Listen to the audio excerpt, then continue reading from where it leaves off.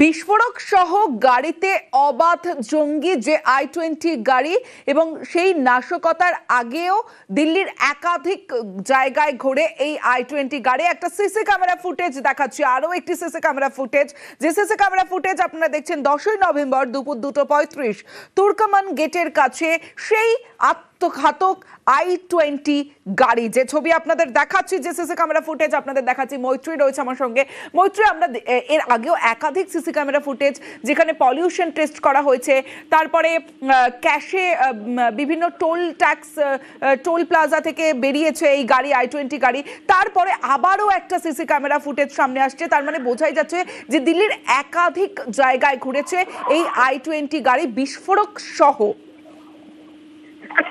দিল্লির একাধিক জায়গায় ঘুরেছে, শুধু না অবাধে ঘুরেছে এই গাড়ি, এবং সেটারই প্রমাণ। এবং তুর্কমান গেট অর্থাৎ লালকেল্লার খুব কাছাকাছি, লালকেল্লার পার্কিং লটের কাছাকাছি আশরাফ আলী রোডের এই ভিডিও, যেখানে 2:35 নাগাদ এই ভিডিও দেখা যাচ্ছে, এবং এখানে দুটোর কিছু পরের এই ভিডিওতে দেখা যাচ্ছে যে গাড়িটি মুভ করে যাচ্ছে।